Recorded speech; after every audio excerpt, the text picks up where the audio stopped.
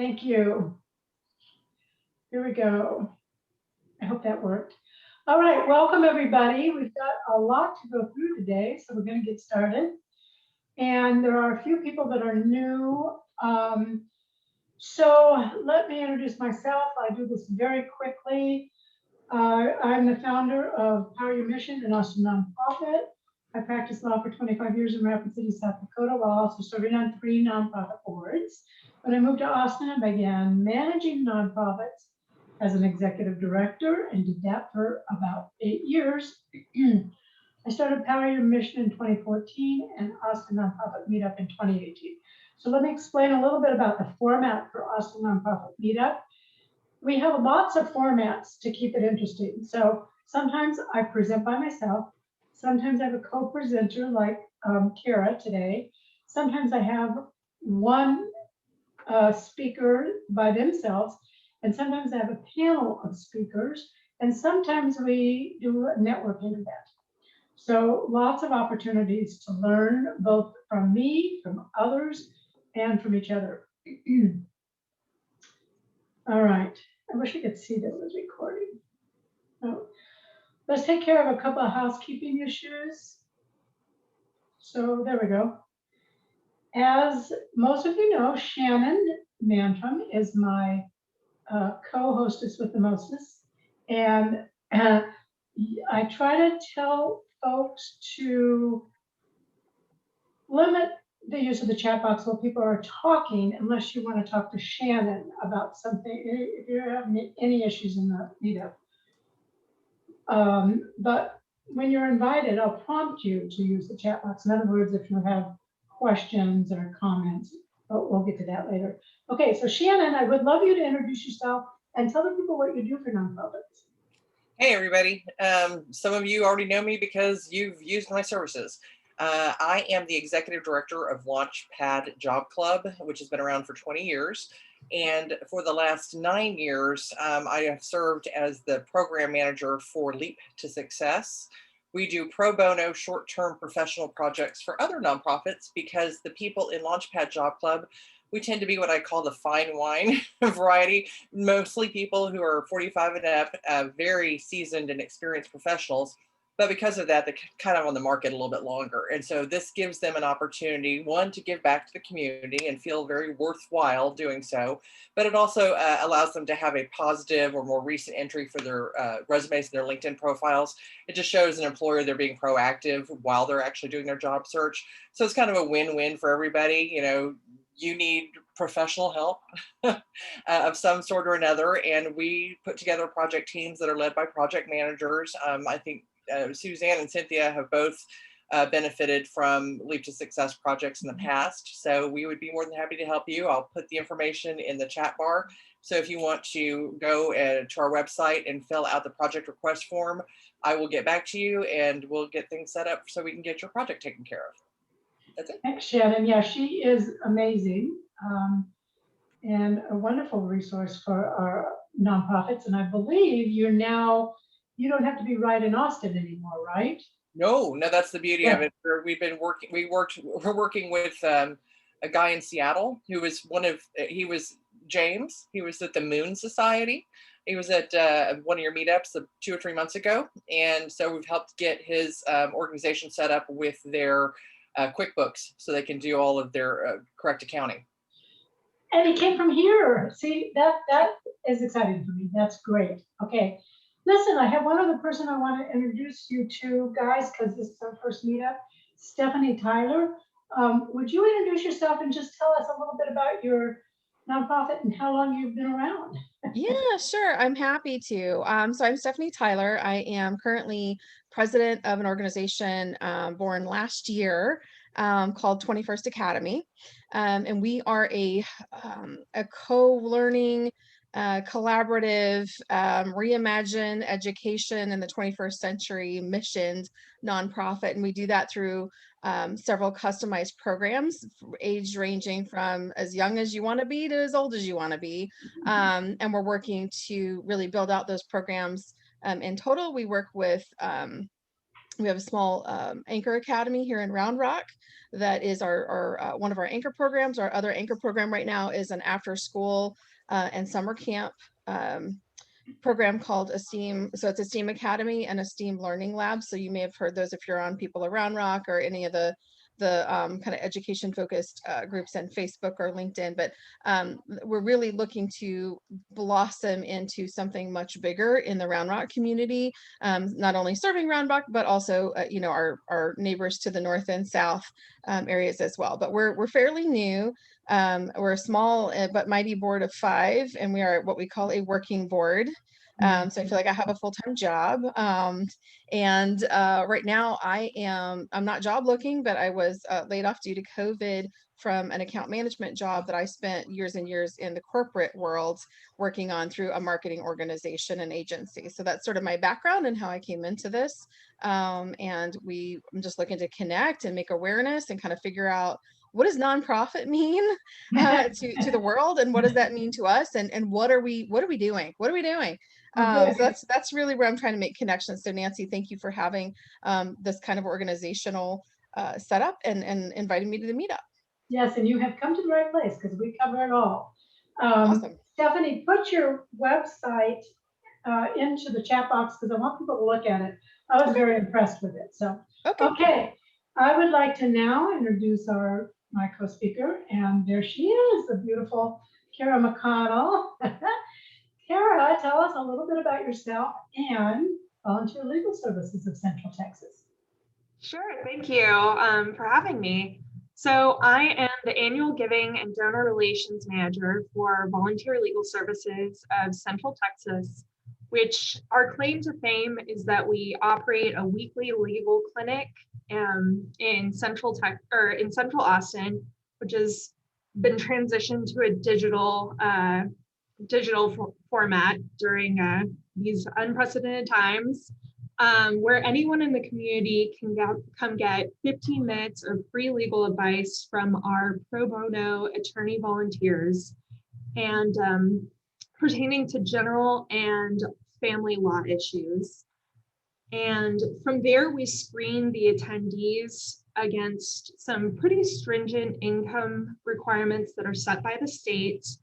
And if they meet those requirements, we can then place them with an attorney volunteer who will then handle their case going forward. On a normal non-COVID year, we serve approximately 5,000 Central Texans, and we provide approximately $3.5 million of pro bono legal aid. We also do continued education for attorneys that are in line with the needs of our clients. And that's a really minor source of earned income for us. Otherwise, it's all classical grant and individual giving fundraising and firm fundraising, which is kind of analogous to corporate fundraising for us. So as for me, I stumbled into fundraising out of college by becoming a pesky street canvasser in Washington, D.C. And I was so persistent about it that I raised $25,000 for a variety of national nonprofits. And I ran one of the highest averaging offices in the country. From there, that gave me a foot into the more formal DC nonprofit scene. And since then, I've worked with Planned Parenthood's national office, Emily's List, Make-A-Wish Mid-Atlantic, and I was the annual giving specialist for Girl Scouts of the nation's capital, which is the largest chapter of the Girl Scouts in the country. So at VLS, I'm the only full-time fundraising staff person, and I'm accountable for law firm fundraising, major gifts, and an annual campaign that raises, combined across those programs, over $400,000 in funds. And then the other part of our funding is a large amount of grants. I also do our communications work, and the way that I took that on is I framed it as donor cultivation and retention work. I will talk more about that later. That's my intro. One thing I noticed is that the, what do you call that? That's happening at the bottom of the screen. It's supposed to be saying what you're saying. It was saying all kinds of weird things for you, and I'm not Closed captioning. sure. Pardon? The closed captioning. Yes, thank you, closed captioning. And I don't know how to turn it off at this point. So I guess, I don't know if you could get a little closer to your microphone, Cara, perhaps, maybe that will make a difference. I'll check on that as we go. So let's start with a reminder from our meetup of last month. Remember we spoke about this iceberg and how we typically focus our efforts at the tip of that iceberg, which are the individual fundraising activities, and don't always attend to the mammoth structure underneath that we call resource development. That's where the planning, the processes, and relationships happen. Part of the planning I want to mention, you can go to my website under free stuff and download that strategically planning for development document.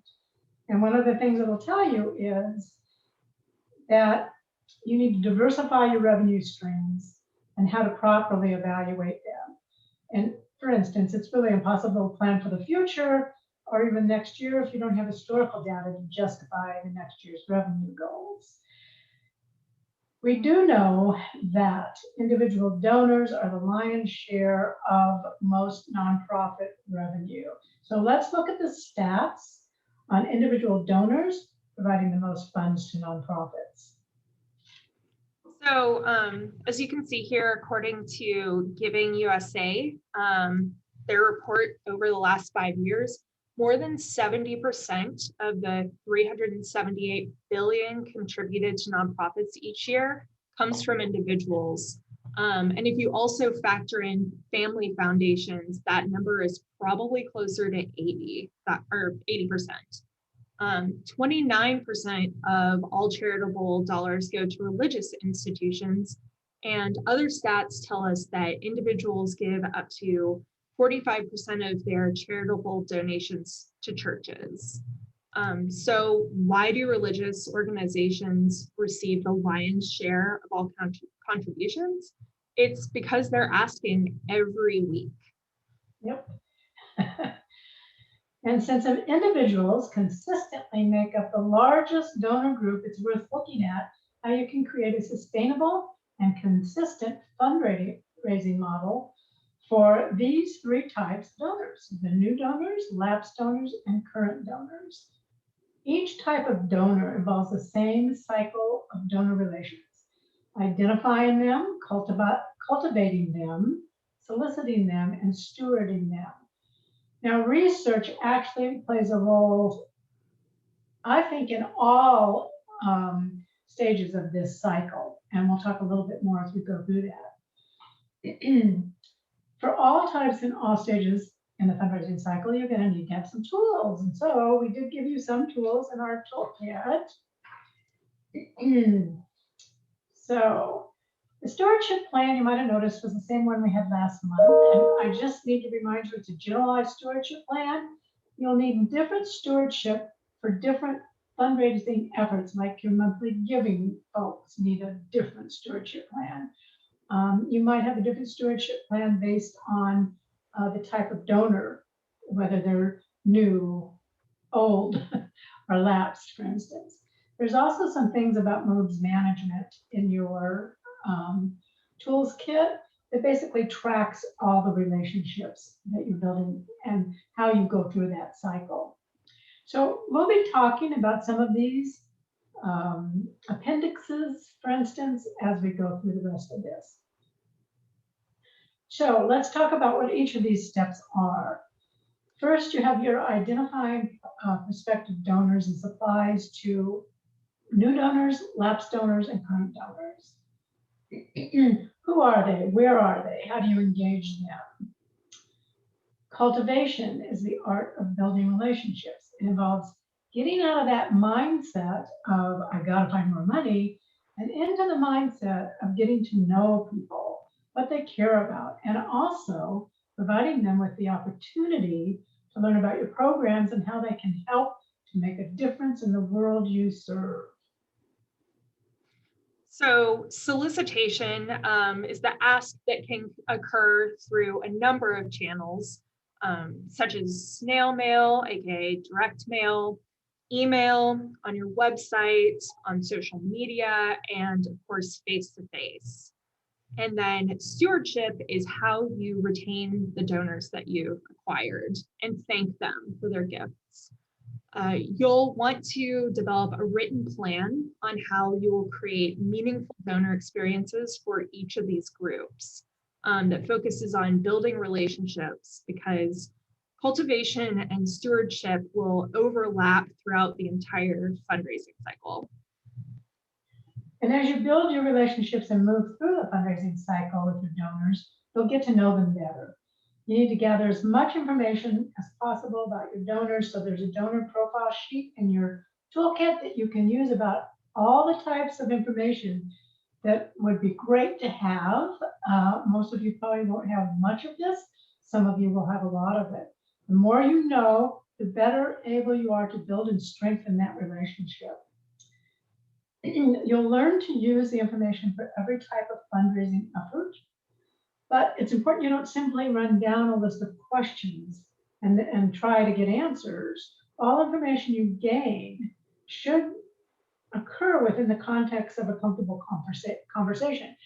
Exceptions are obviously when they first come into the organization, you'll have some contact information about them that you gathered, probably online, their name, their address, phone number, email address.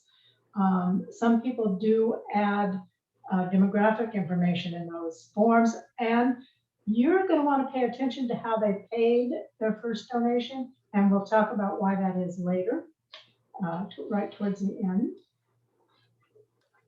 Okay, now let's take a moment to talk about the board's role in fundraising.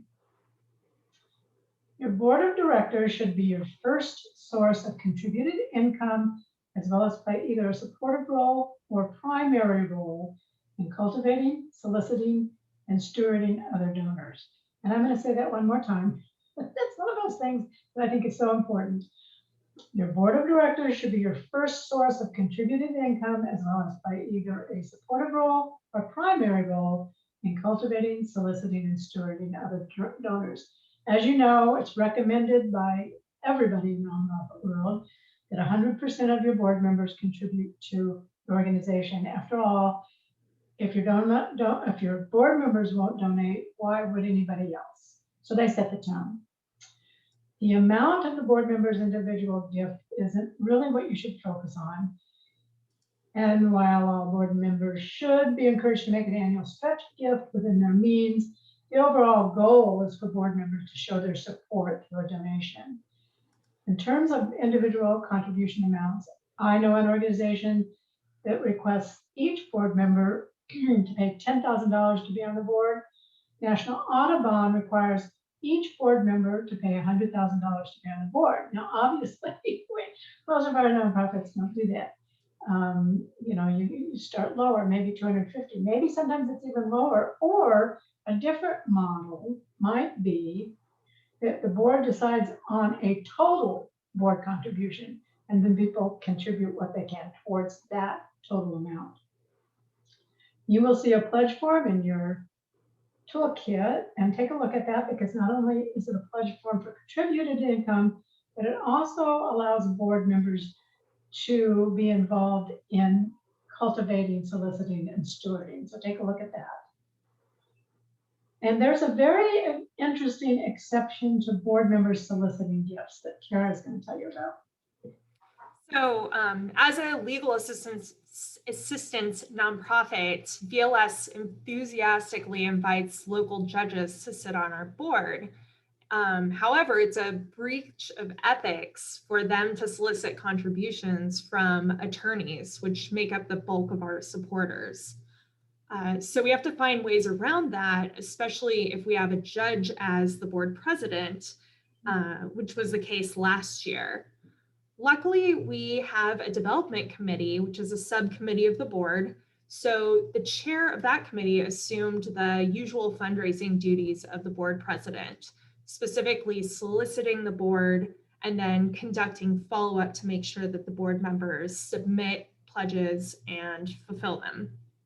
And then when we had in-person events pre-COVID, the board president was also the person who made those direct asks at the events. Our board development committee is essential to our fundraising. The committee that has about 5 to 10 members, a part of our 25-seat board, is our first source of fundraising feedback, ideas for recognitions, event design, whatever we might need some of that high-level feedback on. They also conduct personal follow-ups on our major gift asks, as do they do some of our major gifts lapsed donors follow-up to pull people back into the fold. And at a couple of points during the year, we also provide them with a list of donors who we haven't heard from towards the end of the lapsed donor spectrum. We cut that off at about 5 years. We're lucky to be in a position where most of our donors come from the same professional community. So a lot of people are reaching out to friends and colleagues just to remind them to renew pledges. And then this committee is also integral in making introductions to law firms. And as I mentioned, firm fundraising and firm gifts are a huge part of our funding. And so then behind grants, that's our largest chunk. So having board members connect us, follow up on those gifts is a huge help. Okay, and as we mentioned, we're going to cover new donors, lapsed donors, and current donors, but I want you to take a look at some of the statistics on getting new donors. Oops. There it is. So these stats are from Network for Good, and getting new donors is really expensive. It costs anywhere from 25 cents to $1.50 to raise just $1. So you can potentially be losing on that return. It's a slow return on investment. Acquisition campaigns have a really low ROI, which is why they can't just be done one time. And then they're kind of unsustainable. Only 23% of first-time donors ever give a second gift. So that's a lot of work to even break even, or even see a slight loss, as I mentioned. On the other hand, with careful and consistent attention paid to your first-time donors, you can directly change the likelihood that they'll make a second gift. Once they make that second gift, their retention rates go up significantly. So what that tells us is that we're asking the wrong question. We don't ask how we get new donors. The right question is how to engage new people in your mission. Then as you engage them, they will turn into new donors. Okay. So let's look at a model for your new donors. Oh, there we go. This is your model for new donor acquisition. And we're going to look at some internal sources. You're going to, in order to identify these new donors, you're going to ask your board, your staff, and your volunteers to think of people that might be interested in your work. Ask them to think of family, friends, people they do business with. And you'll need to tell them not to worry that if they provide a name of someone, that we're going to all of a sudden ask that person for money. That would not be a good idea. So they should not fear giving you the name and contact information of their friends and family and business associates, because the next step is cultivation way before you solicit. All right. There's a form in your toolkit for this process called the Prospect Identification Form.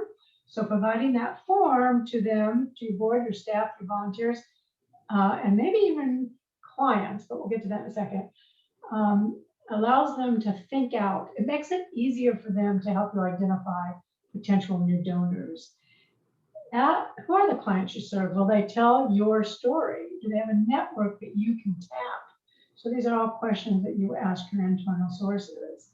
And then external sources, for social media, acquiring new donors is tricky, and it's tricky enough that I'm going to do a 15-minute live interview on that in June.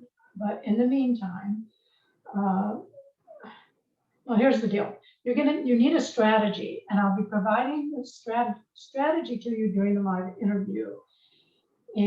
But for now, what you need to know is who to focus on in terms of who your audience is, because the platform you choose is relevant to the audience. Not everybody's on Facebook, not everybody's on TikTok.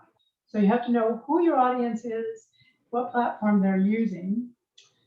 And the other thing you need to know is that adding a donation button to your Facebook page is almost useless.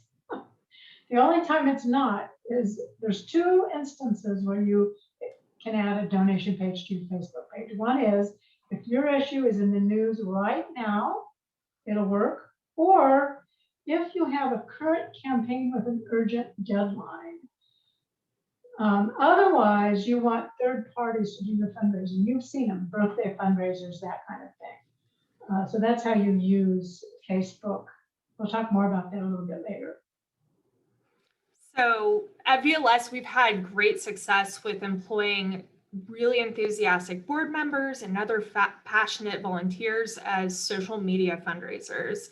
And the key to that is just knowing who your social media influencers, for lack of a better term, are, potentially even setting them up for success with resources, visuals that they could tie to their post, even drafting copy. For Amplify Austin, I threw together a little social media guide that was modeled after the resources that they provide nonprofits that are participating in the event. And that included just brief prepared language, simple graphics, a pre-written email if they wanted to email friends and family that weren't on social media. And the volunteers that you're looking for, they tend to be younger, specifically millennials, which people sometimes forget that millennials are now young professionals to fairly experienced professionals. So those are donors at this age. And the best ones tend to eschew the prepared copy and write something in their own words. Your best social media fundraisers are going to be good at this because they are experienced in posting, and they're going to have a ready-made audience of people that they can influence to donate. One of our younger board members raises about $1,000 in small gifts from people across the country too, so it broadens your visibility. He raises about $1,000, and all I have to do as a staff person is just log the contributions and send out acknowledgement letters. So it's a huge help. That's nice. There's a whole thing too about not worrying about that peer-to-peer fundraising stewardship. We'll talk about that later too. The other external source for acquiring new donors is to build an email list. I don't want to spend a lot of time on this next slide, but I don't know how many of you are familiar with M&R benchmarks. This is a great resource, and when you go there, it's got a weird first page, and you just go down to the bottom and you click, I think it's called editorial or something like that. You get these amazing statistics about everything related to nonprofit fundraising.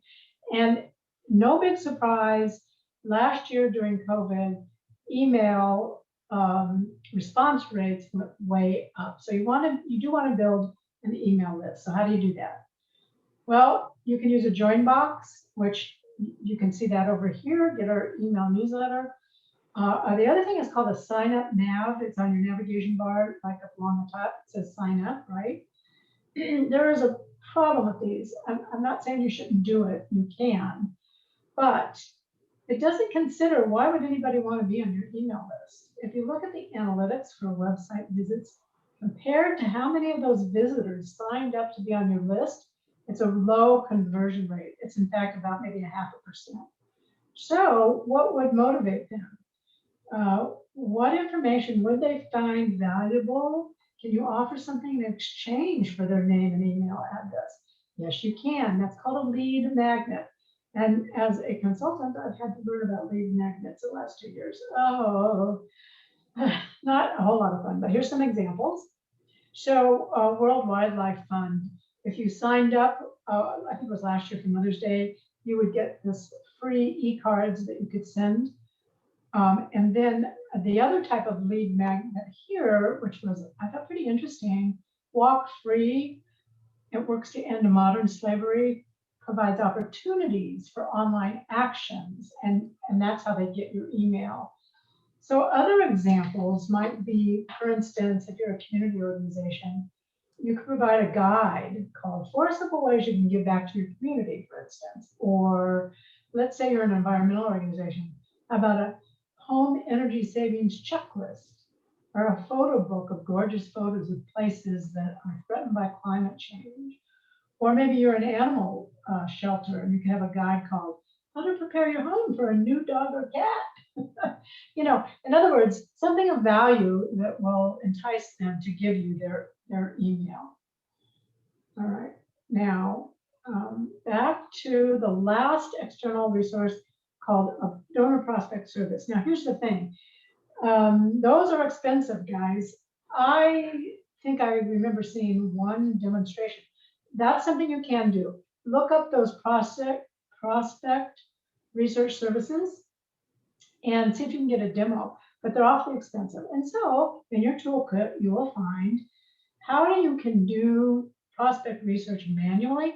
Great job for your board. And the reason why it's a great job, you don't have to make an ask, you're just doing research, you know, and it's all in there. It's all how you do it. You know, you're looking for affinity and capacity, that kind of thing. So now you've identified, you've used all these sources to identify potential new donors. Now you have to cultivate them, right? Because you're not asking them for money yet, clearly. Well, how do you cultivate them? The best idea is to do this. Working with those lists that your board staff and volunteers gave you, have that board staff and volunteer, right? Or call their friend and family.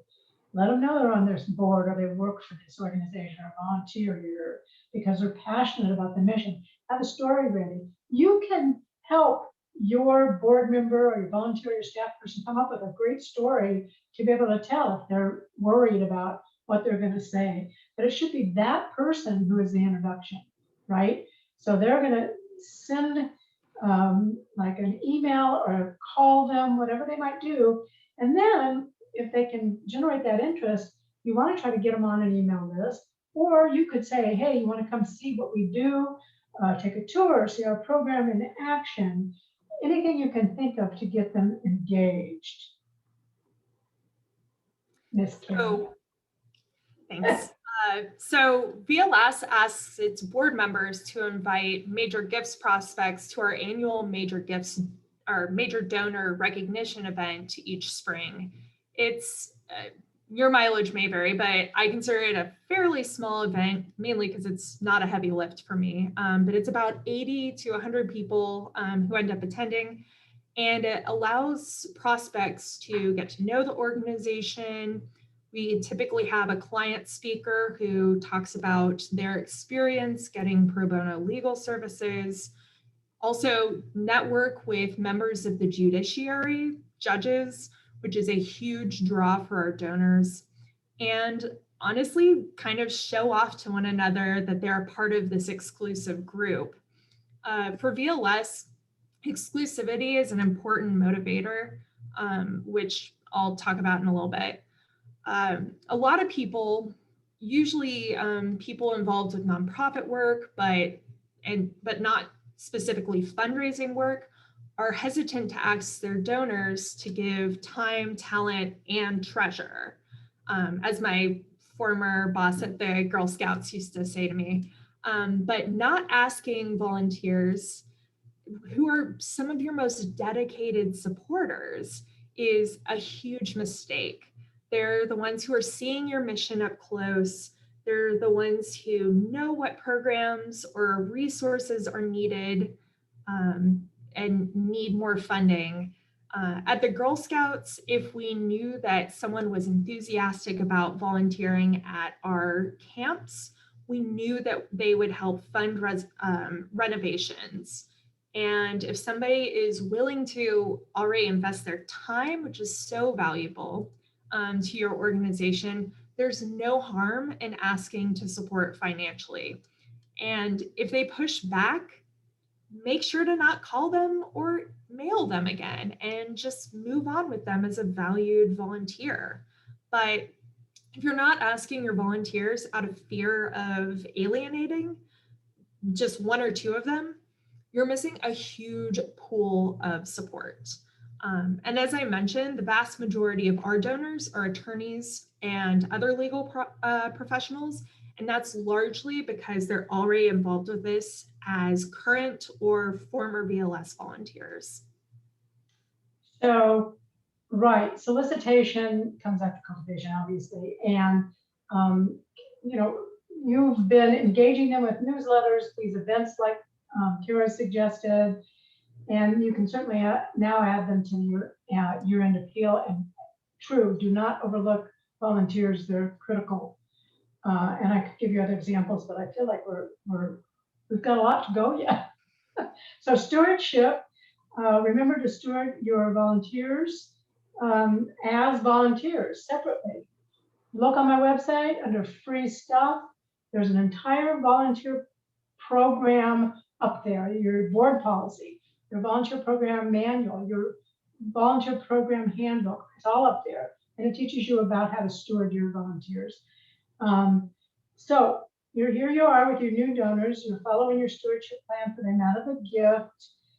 If they're a first-time giver, ask your board member to call them to thank them. And here's why. Bloomerang did a study on retention. Retention means, for those of you who don't know, that your donors come back again and again and again. They keep donating, right? So the impact of the phone call on retention, the size of the second gift, and the speed of making the second gift comes from this study from Bloomerang. They examined the stewardship habits of random Bloomerang customer sample, almost 3,800 nonprofits they did. They looked at first donations made between 2012 and 2018 and what effect a phone call or multiple phone calls within 90 days of the first gift made on their retention rates, second gift size, and second gift timing. So Kara's going to tell you how to look at these charts from Bloomerang. Sure. So the definition that Bloomerang uses for retained was to look at the second gift at any time after their first gift. So this cohort of nonprofits achieved a 22.34% first-time retention rate using the FEP, which is Fundraising Effectiveness Project methodology, suggesting that Bloomerang customers are slightly better at retaining donors than the rest of the sector. And if you think that a 2.3 difference is inconsequential, check out this blog post explaining, Nancy, do you have the blog post to drop in the chat? Not in a URL format, unfortunately, but I'll put it up later. I'll be able to drop it in actually. So hang tight for that. But there's a blog post that I'll drop in that explains what that 2% means for increased revenue. However, the retention rate increases from to 41% if one phone call is made, and 58% if more than one phone call is made within 90 days of acquisition. So not only do retention rates improve, but so does the size of that second gift, nearly doubling if at least one phone call is made. So not only is the second gift size larger, but the speed in which it's made also increases in instances where the donor is called at least once. Multiple calls resulted in a second gift being made only 53 days after the first, that's great. That's really fast. And really can't underemphasize the importance of having a board member call, because the donor feels honored if the board member will call, all right? And during that call, have them get to know their supporter. Give the person who's making the call that donor profile sheet so they know what kind of information they should be looking for in a conversational way, okay? Let's go on to lapsed donors. I'm going to run through this pretty quick so that Cara can do the current donors. And you use the same cycle: ID, cultivation, solicitation, and stewardship. Where do you find your lapsed donor? Well, in your database, obviously. Find out who never gave after their first gift. You can ignore safely the peer-to-peer people because they're only giving because somebody they liked asked them to give, not necessarily because they're in love with your organization. But otherwise, anybody who gave a gift periodically or who hasn't given in the last year, but gave maybe several times before that, you know, that's who you want to identify. The next very important step is your cultivation, and you want to establish segmented communications. So that's a separate type of communication for each of the types of lapsed donors you have. Segment into first-time donors and those who gave multiple gifts. For those whose lifetime value is higher, make a personal call to show them you miss them, not their money. Involve your board in that effort. Even leaving voicemail provides the personal touch. Create a survey for other lapsed donors and ask their reasons for supporting you, what they liked learning about your nonprofit, why they no longer support you, and what might inspire them to give again. If your lapsed donor is interested in your current work, ask them if you can add them to the email newsletter. Then is solicitation. One of the most effective ways to solicit a lapsed donor is to get them into your monthly giving program. And please note, I'm saying monthly giving program, not monthly giving option. Lots of people have a monthly giving option without having the program. And I'll talk about that a little bit later. Folks that find it hard to give $100, for instance, might actually give you $15 a month, and don't write those folks off. Instead, personalize the communication and solicitation for a while longer. Talk about what you're doing, where you want to go, and why they are still needed as part of the solution you are providing. And then finally, as stewardship, make them special. Once you've got them back in the fold, make sure they are in a segmented stewardship plan. For instance, that first gift they give after you have cultivate them after they were lapsed should be something special. A thank you for coming back and how important they are to the work. All right, that was fast, but now we've got current donors. Go for it, Miss Cara. Okay, so identification, they're your current donors, so they should be in your CRM right now. Not too much to say about that. Cultivation, building on what Nancy just said, segmentation isn't just for appeals, it's a tool for cultivation and stewardship. The minimum you want to do is tailor your solicitations for different types of donors. One-time, recurring, monthly, quarterly donors, major donors, however your organization defines them. This allows you, segmentation allows you to tailor the type of ask you make, be it transitioning a one-time donor to recurring or making larger asks for major donors. I see this as both strategic from a fundraising perspective, but it's also a matter of respect. If I'm making a monthly gift already, I want the organization to know that and not ask me to consider monthly giving. For your most valuable donors, it really respects their level of investment. Like for instance, you don't send an appeal letter with the $50 circled if they've been making $500, right? That would be really disrespectful and make them feel like you don't know them. Yeah, it's leaving money on the table. Right. But segmenting can go beyond donor type. So to reiterate Nancy's point, the more you can make each donor feel special, the better. For current donors, that can mean tailoring communications to specific interests, As I mentioned before, that's something like the Girl Scout donors indicating things like outdoor explanation or exploration being important to them, bringing scouting to low-income communities. Depending on the size of your donor pool, you're likely not going to be able to have a personal conversation with every single donor you have, at least not frequently. So every bit of customization helps personalize their experience. So as I mentioned earlier about exclusivity being a big motivator for VLS donors, personally, that's one of my favorite motivations for retaining donors. So a brief aside, one of the most valuable tools that I have used throughout my career is a nonprofit professional, Tom Ahern. He's pretty well known.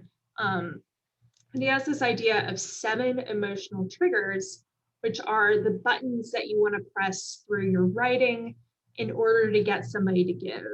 They're anger, fear, exclusivity, flattery, greed, guilt, and salvation. So getting into the afterlife, essentially.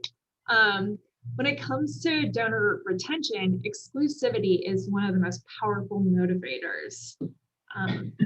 The way you can develop exclusivity is creating named giving societies or even just giving levels, providing certain types or levels of donors early access to updates, long-term organizational plans, surveying them, as Nancy mentioned, and soliciting their opinions on programs, strategic plans, even asking them how they want to be recognized. And those are all no-cost ways to make your donors feel special. You can do this for no cost for every single type of donor. Exclusivity doesn't have to be expensive to cultivate. So then solicitation. I've already talked a little bit about tailoring your ask using segmentation, but I just want to throw in another plug for transitioning donors to automatic recurring gifts. The retention is so much higher, the return on investment is so much higher. The majority of donors aren't going to give monthly from the jump unless they're really already very invested in your mission. But if you cultivate them well, in combination with making the ask for monthly giving, it makes a huge difference. Donors can set it and forget it. It allows your organization to better budget because you have that revenue coming in. Potentially you can, again, cultivate that exclusivity by having a monthly giving circle, a named society. But it only happens if you ask for monthly giving and you ask every single time. It's in every single one of my solicitations. It also gives you that opportunity to, as Nancy called it in one of our practice runs, that 13th gift. So they're giving monthly, and then if you have an urgent need, they will often come through with additional funds. It's something that we saw a lot last year, early on in COVID, also just at various points where we could frame our work as relief work. And to learn to set up a monthly giving program, I'm going to be offering this live course this summer, 4 steps to easy, predictable, unrestricted income. And that's the thing, it's the most predictable type of income that you can have. Oops, sorry. And I can't see the top, what step 1 is. Can somebody say what the step 1 up there is? How to set up your monthly giving program? There it is. Thank you. So laying your foundation, identifying and segmenting, all of that, how to establish your ask amounts.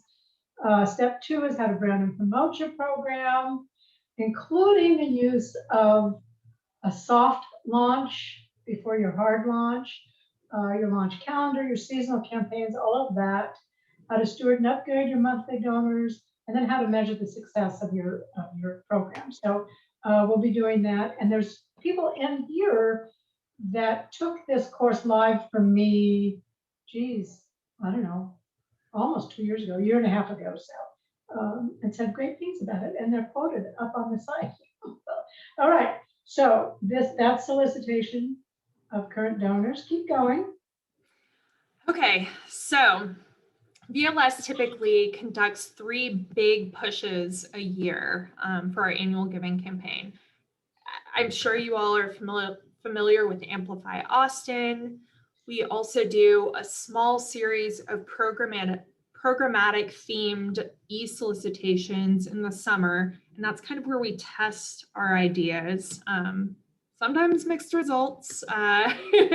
And then we have our end of year appeal, which is the biggest push for our annual giving campaign.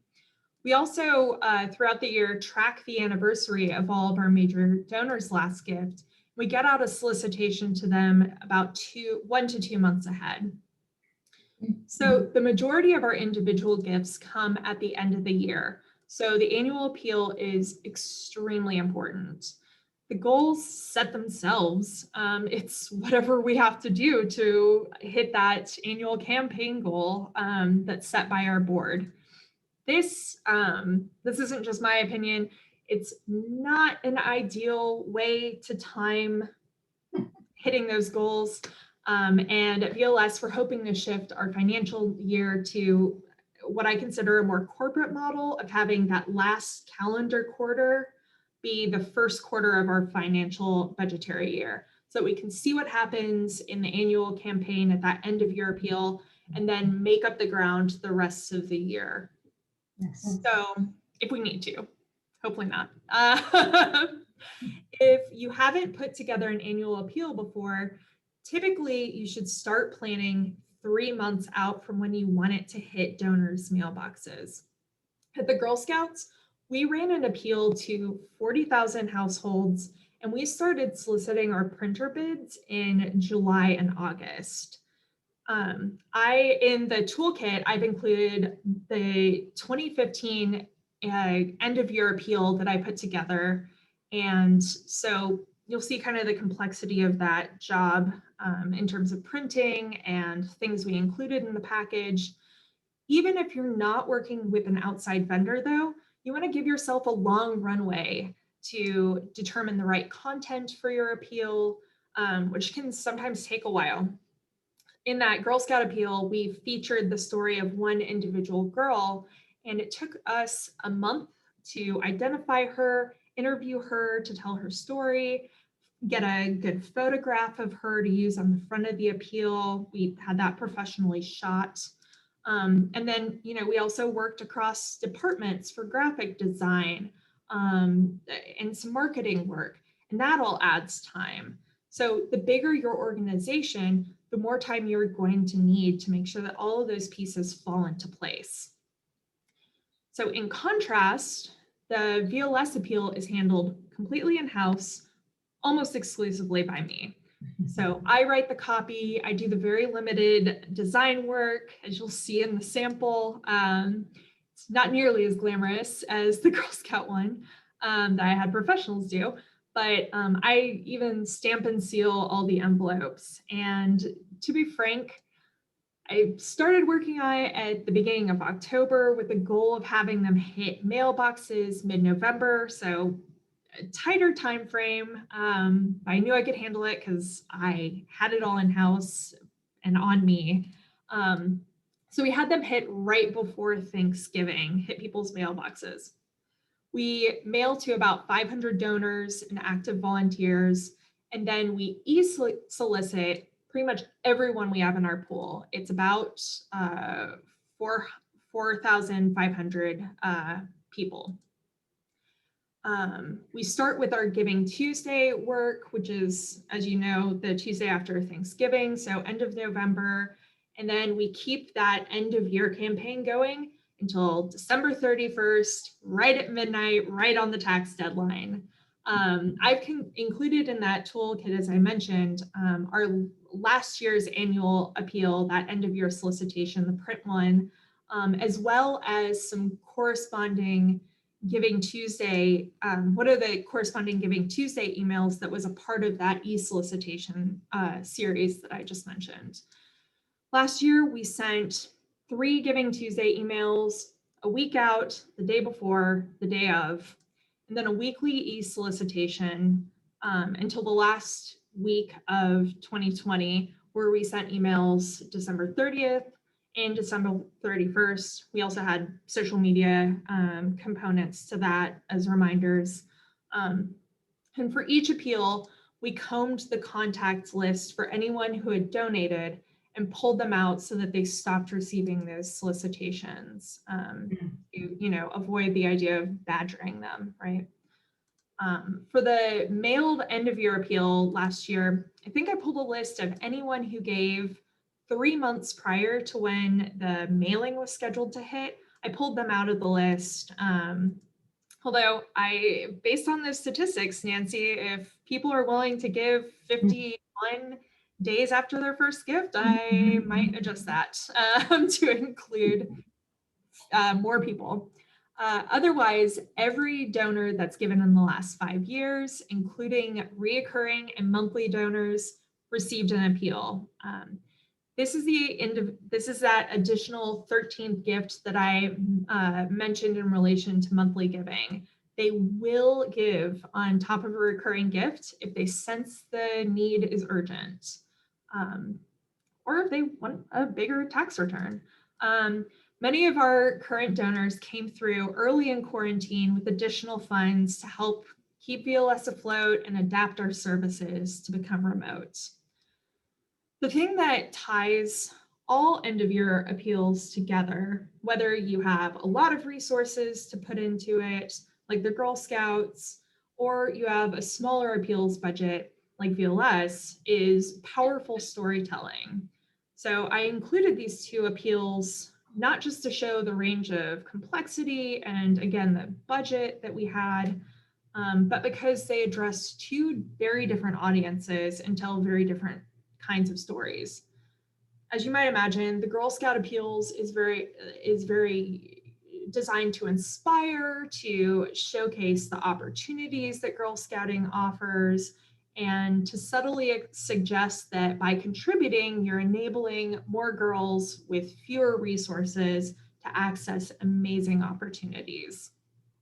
The VLS appeal uses different emotional triggers that I mentioned earlier. That Giving Tuesday appeal presses on anger, fear, and guilt because it's talking about families imperiled by domestic violence, which is a large part of the work that we do. And then it explains how through supporting VLS, you can do something productive to alleviate those feelings inside yourself. The VLS audience, however, is less of a touchy-feely one than the Girl Scouts. And because it's largely our volunteers, they have their own client stories that mean a lot to them. So what they want to see are results. They want to see efficiency, improvement to programs and services. And so that's the story that we chose to focus on in 2020, where we rapidly transitioned our services to quarantine conditions and doing remote work. That was our biggest achievement as an organization, was completely changing our model. And we did it within a month. If we hadn't had those resources to immediately transition to remote work, though, the technology, even the funds to pay our dedicated and adaptive staff, none of the client impact stories would exist because we wouldn't have been able to serve any of them. So that was the most important story for us to tell, and our donors responded really positively, knowing their support was being put to good practical use. And I just wanted to add a different type of an example. When I was up at the Palace Theater, like Cara did, we combined our Giving Tuesday with our year-end appeal. And because Giving Tuesday happens on social media, those stories have to be snippets, right? So we had actually one of my gals, professional story collector and teller, come up and get 6 stories from the kids in our youth education program that were the youth theater groups, and getting 6 stories, and she got lots of quotes. So what we did then is it's like a teaser. You started on Giving Tuesday with these snippets and pictures of these kids' stories and the quotes, and then you go into your year-end appeal, the snail mail version, with a longer version story, perhaps. We ended up raising $200,000. The other thing we did is right in the middle of our annual appeal, we did a matching gift. We had it set up in advance. And so the matching gift encouraged people, there was a sense of urgency. If you donate within the next 10 days, your gift will be matched up to $25,000. So we were able to use that feature as well. So the final step in this model is stewardship. And one of the things that I'm most proud of instituting during my time at VLS is our monthly newsletter. And as I mentioned really early on in this, the case I made for integrating that into my work plan was by framing it as donor stewardship and retention. If your organization doesn't utilize volunteers, or if events aren't integral to your work, regular communication may be the only way that your supporters are engaging with your mission and seeing what you're achieving. So our newsletter is an opportunity for us to share client stories and paint a picture of the impact of our work. It also triggers that flattery emotional trigger by recognizing our donors. And of course, the sample that I include in the toolkit doesn't include this, just because it aligned with kind of a dead period for us in our funding schedule. But then in each newsletter, we also make a very soft, pretty passive ask. But in our April edition, it included a program services article that doubled as a recognition of a major grant, which we're hoping helps us secure future grants from that organization. So it serves a bunch of different reasons, purposes. Through doing the client newsletter, or through doing the newsletter, I'm also creating materials to pull for solicitations, quotes from clients to use in acknowledgement letters, long form stories for our annual report. So there's a bit of a double your bang for your buck thing here. Also, because I'm regularly communicating with my donors, I'm also getting passive updates for them on their contact information via auto responses. This isn't the case for every organization, but the majority of my donors provide us their work contact information. Not great.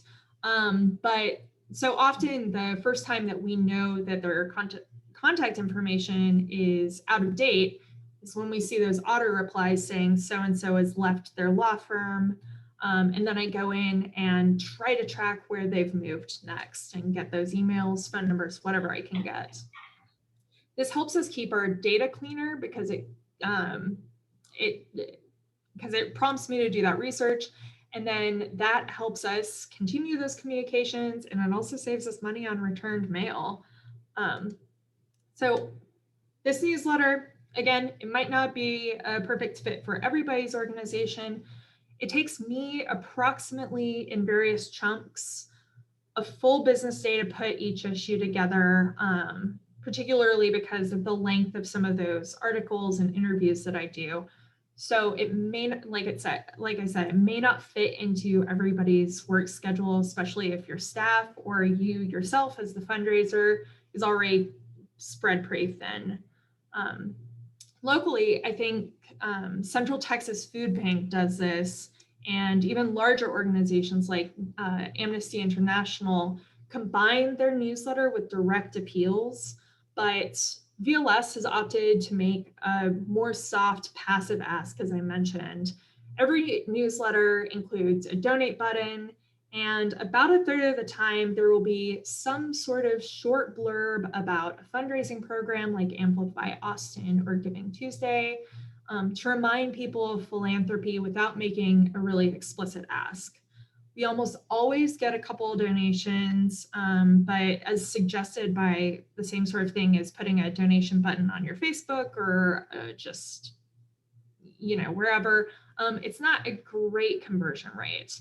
So this is really framed not as a fundraising tool in terms of raising money, but as a retention and stewardship tool.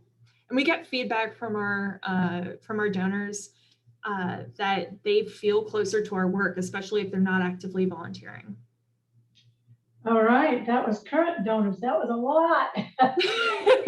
Okay, now we have a bonus section here for you guys. Let's see if I can get it to click. Here we go.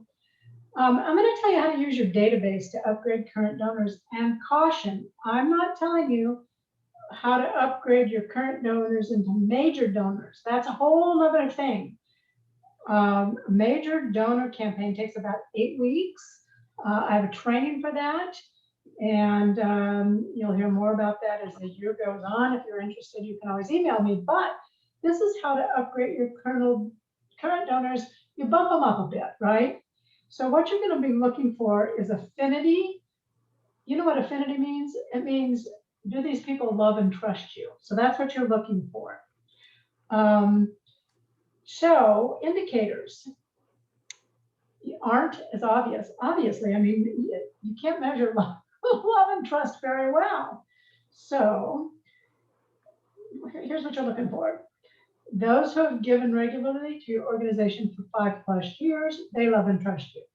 Giving to you over a long period of time, they love and trust you. The frequency, the monthly givers, or people that give multiple gifts within a year. Very active volunteers, board or otherwise. And the family has involved in some way in the organization.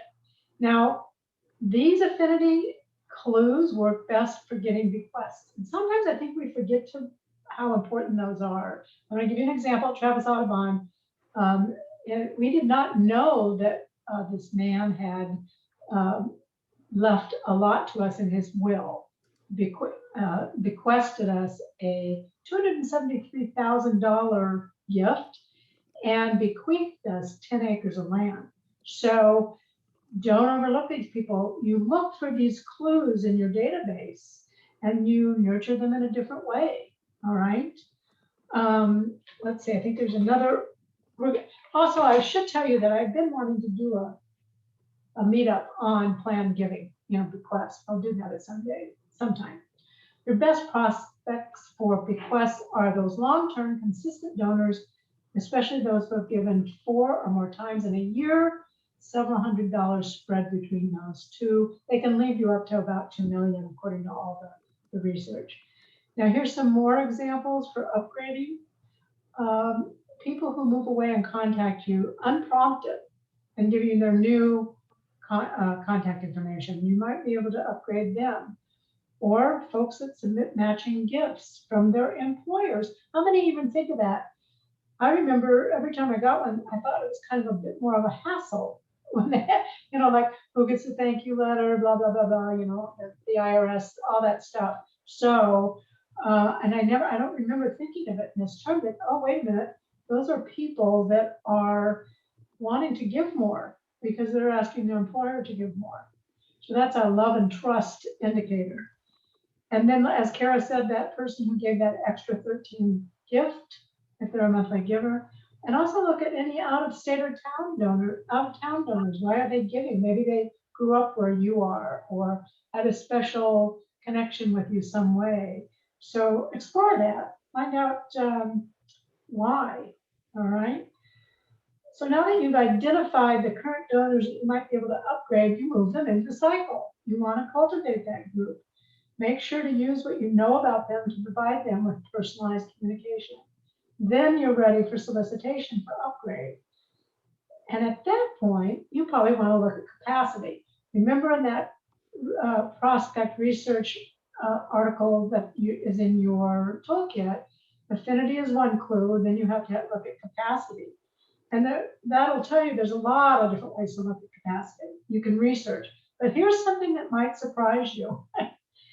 Did they make their prior donation by check rather than credit card? That could be an indicator that they can give more.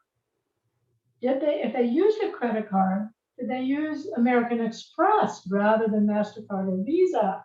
Also another indicator of higher capacity. If you don't collect this information, this is a clue that you need to. Make sure that your donor page, your donation page, somehow, when it connects to your CRM, that you're getting that information. Are they paying by check or cash? I mean, check or credit card, and if by credit card, are they paying with American Express? So something to look for, and how to connect up your front, what is that called? Your front-facing donation page with your CRM. And then finally, you move them into stewardship. And again, you want to make them special. They've upgraded. So think about that. Right? And finally, turning your current donors into major donors. Stay tuned about that, okay? Because we'll be talking more about that as time goes on. And we have left some time for questions. And then also, I want to tell you that I have a surprise for you for next month. So stay tuned. So questions. How do we want to handle that? I think I'll stop share. And okay. You can turn your mic on and ask questions. You can go into your chat box, whatever is comfortable for you. Okay. Shannon wrote something here that I hadn't seen before. I highly encourage every organization to look into double the donation. There are different annual levels, but for us, it's paid off. We encourage our members to become $10 a month sustaining supporters matched by their company. Those who do support us monthly often start at $25 a month. I'd never heard of double the donation, so there you have it. Cool, Shannon. It's great. I brought them to the Girl Scouts, and yeah, they'll identify if your for-profit employer has a matching donation program or a volunteer grant program. So if you're doing volunteer hours, you can potentially get funding for those. I know one of the big employers in Austin is Dell, and we have a few corporate attorneys from them. They'll match, I think, 1-for-1. So I love double your donation. So what is the volunteer grant thing? What's that? What are you talking about? So some organizations, I think Apple does this. If you submit proof that you have volunteered with a nonprofit organization, they will sometimes throw in, $20 per hour, something like that. It adds up really quickly. And yeah. Yeah, that is their means of support in the community.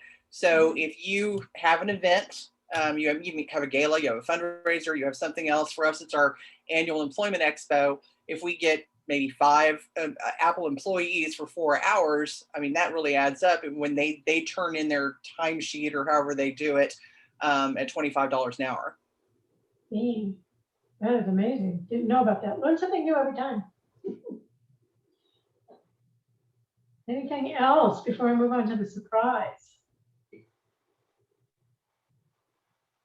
That was a lot. We covered a lot and we talked fast. So, sorry. We practiced this and we went, oh my gosh. Yeah, there was a lot of information and, it's a huge, giant topic.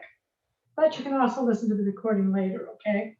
So let me go back to sharing my screen. Can't I do that? Yeah, here we go. Oh, and of course it takes me back to, all right, here we go. Slide, nope, okay, there we go. So this to me is extremely exciting. I recently found out about community-centric fundraising as opposed to donor-centric fundraising. We all should know about donor-centric fundraising, about that it's about the donor when you're cultivating, building that relationship. It's about getting to know them and sharing the opportunities that come with knowing your nonprofit better, but it's donor-centric. Now we've got this community-centric fundraising. It is big on the West Coast. There's a lot of bigwigs in this field. I am shocked that I can't find it in Austin yet. So I want to be the first that introduces it to Austin. It's real important right now, looking at everything. We did that one meetup on diversity, equity, and inclusion in the nonprofit sector. This finally looks at fundraising models through that type of a lens. I tried really hard to find the right person for this, and everybody I talked to wanted a crap load of money.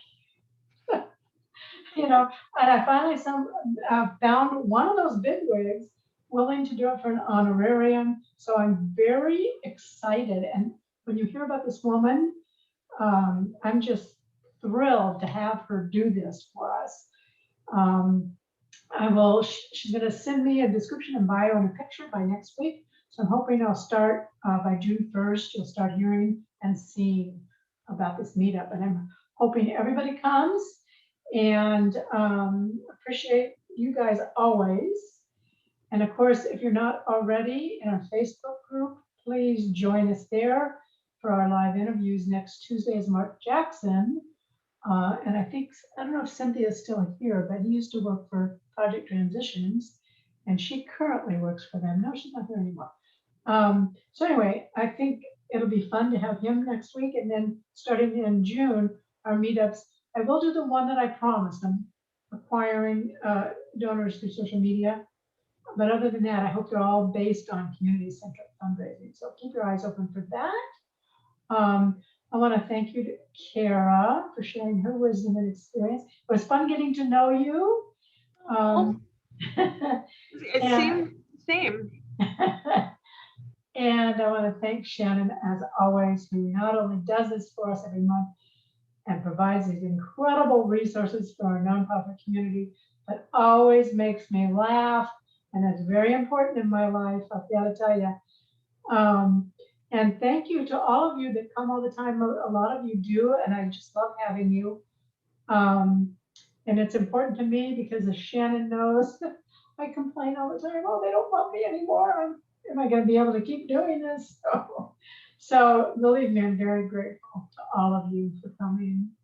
So does anybody have anything else that they want to share before we say goodbye? I always like to end a little early if I can. Jill, you've got a big day tomorrow, and I want to hear about it afterwards, okay? So you'll reach out? Okay, yeah, that's great. Stephanie, wish you a lot of luck. You guys, look at her website. Yeah, I was just gonna say thank you, and verbally I said it in the chat, but thank you for your time and putting this together. I think from my standpoint as a new person into nonprofit, I'm trying to figure out how to connect the stuff that you're discussing, all of the content that you just gave me, which I have, from an account management background where you're cultivating and selling, and I have all that. I'm just trying to figure out how to connect that to my board and get them moving in a direction that's more strategic rather than scattered. So if you guys have any, wrangling tips, happy to have them. I feel like we're just kind of going in 9 million different directions and not really focusing on what we need to do. From a communication standpoint, from a process standpoint, from a strategic standpoint, and from a communication standpoint. So I have a lot of challenges in front of me, but this helped me kind of connect what I used to do to what I'm trying to do. And it validated a lot of things for me, Cara. So a lot of times I was nodding my head going, yes, I understand. So thank you for this. I appreciate it. And listen, Stephanie, let me make this suggestion. I do those free strategy sessions. Why don't you book one and let me walk you through some of the board stuff. Okay. I am more than happy to do that. I love doing this. So yeah, give me it's on my website under contact us. Okay. Set up a free strategy session. It says I'll connect with you. Yeah, I'll connect with you. And see if we can't move things forward. I've got to find somebody that they're gonna listen to. They're not listening to me. Very good. All right. Anybody else? All right. Well, I think we're good. Look, we always end up with just maybe 5 or 6 left, it seems, but that's okay. All right. Shannon, thanks very much. Everybody, thank you. And we'll see you next time. Bye, guys.